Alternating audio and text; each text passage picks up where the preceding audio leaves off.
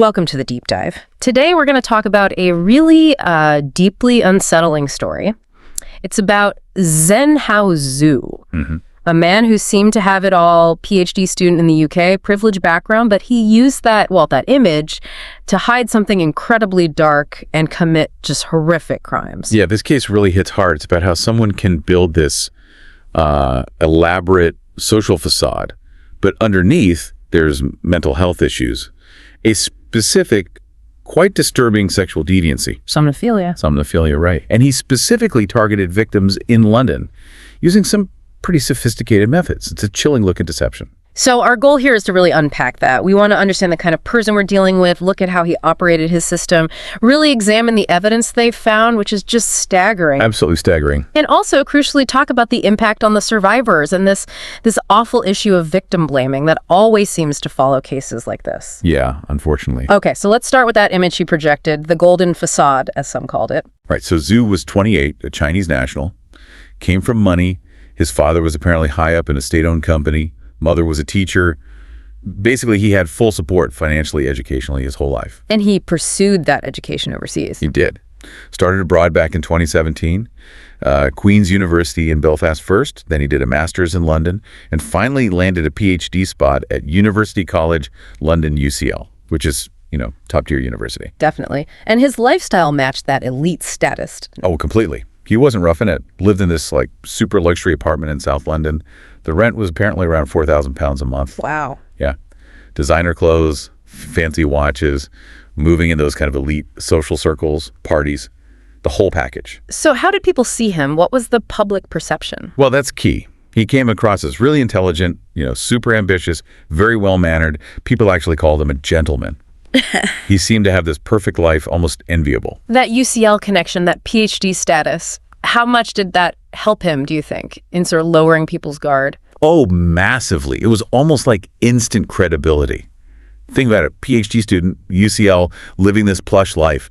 It screams stable, successful, non-threatening. Right. Not the profile you'd expect for this. Exactly. It gave him this air of trustworthiness that disarmed people, especially the women he targeted within his own community, the overseas Chinese students. That facade was absolutely critical for what came next. Okay, so that's the shiny outside, but the sources show a very different picture underneath, don't they? Yeah, underneath it all, he was really struggling. Chronic insomnia, alopecia, hair loss, which apparently bothered him a lot. He sought out treatments, hair transplants, even cosmetic surgery on his eyelids and chin. Trying to fix the outside to match the image? Seems like it. Desperate to keep up that flawless appearance. But, surgery can't fix what's going on inside. When that didn't work, didn't fill whatever void was there, he turned to drugs. What kind of drugs are we talking about? Heavy stuff. Ketamine, cocaine, ecstasy. He's using them regularly, often while partying with friends, mostly other overseas Chinese students like himself. And this spiral seems connected to this core issue, the somnophilia you mentioned earlier. Exactly. It wasn't just partying getting out of hand. He had this specific, dark sexual fantasy, somnophilia. Yeah. The desire, the need, really, to have sex with people who are unconscious, unaware. That's deeply disturbing. And it wasn't impulsive, was it? The way he went about it sounds very planned. Highly planned, meticulous. And he leveraged technology, his charm, that PhD status, everything. He used popular Chinese social apps, WeChat, Bubble, Little Red Book. He even had an alias, Paco. So he was actively hunting for victims on these apps. Systematically. Yeah. Primarily women from the Chinese student community. He knew how to use his profile, that golden boy image, to gain their trust online first. And once he made contact, what was the pattern, the MO? Frighteningly consistent. After connecting online or maybe meeting at a party, he'd be charming, totally harmless. Then he'd suggest going back to his place, that 39th floor apartment. Under some innocent pretext. Exactly, like, let's go study together, or just come see the amazing view from my place. Completely disarming invitations. But once they were there, isolated. The script flipped. He'd push drinks on them, aggressively, often vodka, straight vodka sometimes. And the accounts from victims are chillingly similar. Yeah. They remember drinking, maybe feeling unwell, and then nothing. Complete memory loss. Heating up the next morning. Confused, sore, knowing something terrible happened, but with this huge gap in their memory. They'd been assaulted while unconscious. The sources highlight a couple of specific cases that were key. Miss C. Right. Miss C met him on a dating app. This was April 2022. He plied her with whiskey until she actually got sick. threw up outside. Then he took her back to his apartment and assaulted her. And she didn't report it right away? No, she felt immense shame, fear, especially worried about disappointing her family back home. There are huge cultural pressures around this. Then there was Miss N. Yes, Ms. N. This was later, November 2023. She was also a PhD student at UCL in math, so she actually knew him.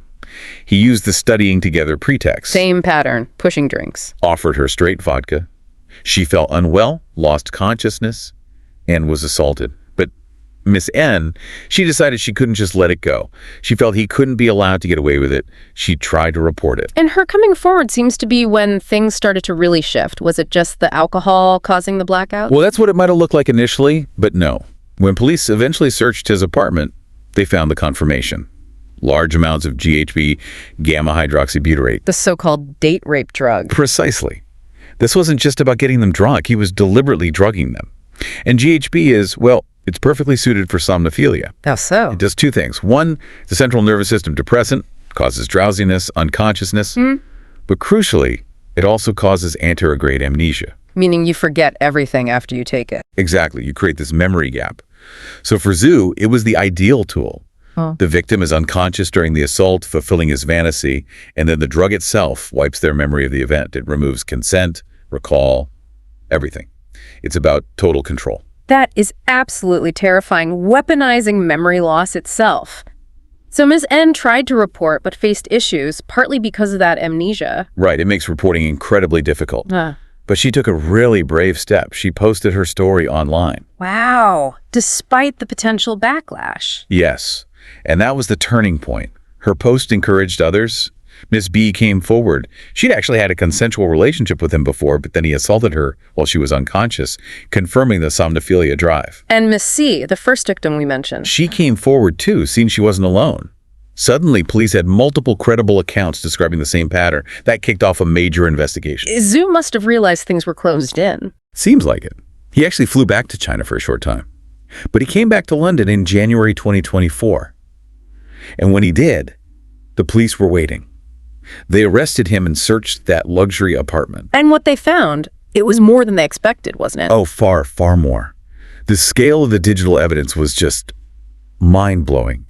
They recovered 9 million chat messages related to him luring victims. 9 million. Unbelievable. But that wasn't the worst of it. They found 6.5 terabytes of hidden video footage. 6.5 terabytes? How much footage is that? It amounted to 1,660 hours of video. He had recorded every single assault, start to finish. He filmed everything. Everything. And the files were meticulously organized, named after the victims. It wasn't just opportunistic, it was systematic documentation, like a surveillance operation against his own victims. It feels like more than just evidence gathering. That level of recording, it's almost ritualistic, isn't it? Like needing to relive it. That's exactly how investigators often see it. It speaks to a deep pathological need, and it was reinforced by physical evidence too. They found this yellow box. What was in it? Small personal items, jewelry, belonging to the victims, trophies, things perpetrators keep to remember the event, to maintain that feeling of power. The videos were like a massive digital trophy collection. Just horrific. And did the investigation reveal victims only in London? No. The digital footprint showed he'd used dating apps to find victims back in China too, during the COVID lockdown when he was presumably there. Based on everything they found, police estimated there could be at least 50 victims in total. 50. Though the charges focus on the cases they could definitively prove, I assume. Exactly. He was eventually charged with, 11 counts of rape, 12 counts of possessing indecent images, those videos, 8 counts of drug possession, 3 counts of sexual assault, and 1 count of false imprisonment. A long list. What was his defense in court? He tried to claim it was all consensual, some kind of role-play scenario between adults. But the videos... His own recordings completely destroyed that defense. The footage showed victims clearly regaining consciousness sometimes, screaming, protesting, fighting back. So it wasn't just passive unconsciousness. Not always. And in one truly damning piece of evidence shown in court, you could hear a victim screaming, and Zou calmly tells her the room is soundproof. Chilling, just utterly chilling. It shows complete awareness and intent. Absolutely. It sealed his fate legally, but the trial also brought out the human cost. The victim impact statements were devastating. What did they describe? Just profound emotional pain, feeling like they'd been stripped of their dignity, treated like objects, severe mental health consequences, breakdowns, insomnia, constant anxiety, self-harm in some cases, a deep fear of being alone. And on top of the assault itself, there must have been that added terror about the videos. Exactly. That huge archive, 1,660 hours of their violation potentially existing forever. The fear that it could leak online somehow, just destroying their lives all over again. It's a unique kind of terror in the digital age. So what was the final outcome? The sentence? On June 19, 2025, he was sentenced to life imprisonment. He'll be eligible for parole, but only after serving 24 years. And UCL, quite rightly, expelled him immediately. A significant sentence. But you mentioned victim blaming earlier. Did that really happen even after all this came out? Sadly, yes, as often happens. Our sources noted that some public commentary suggested the victims were somehow complicit, or maybe asked for it because of how they dressed, or because they went back to his apartment. That argument is just so tired and damaging. It is. And this case completely demolishes it. Zou's calculated use of GHB, his documented somnophilia. It proves this was never about uncontrolled desire triggered by a victim's behavior. It was a planned, predatory act stemming from his deep-seated psychological issues and need for power. The victim's actions are irrelevant to his crime. It really highlights the danger of judging by appearances, doesn't it? That PhD, the fancy apartment, the gentleman persona, they were all just tools for him. Precisely. Status markers, we often rely on education, wealth, manners. They can be weaponized. They can be the perfect camouflage to the deepest darkness. So the key takeaways from this deep dive, it's that stark contrast, isn't it? The polished image versus the monstrous reality. The calculated use of GHB, the sheer scale of the digital evidence, that 6.5 terabytes, really sticks with you. It shows how education and sophistication can be turned to such horrific ends. Absolutely. And I think for you listening, the crucial message has to be about challenging that victim blaming reflex whenever you encounter it. We have a responsibility to support survivors. These crimes, like Zou's, they are planned acts of dominance. It's never about the victim's clothes or behavior. It's always about the perpetrator's choices and pathology. Thank you for joining us for this deep dive into this very difficult source material. If you found this kind of case analysis compelling, host, speaker, and expert speaker,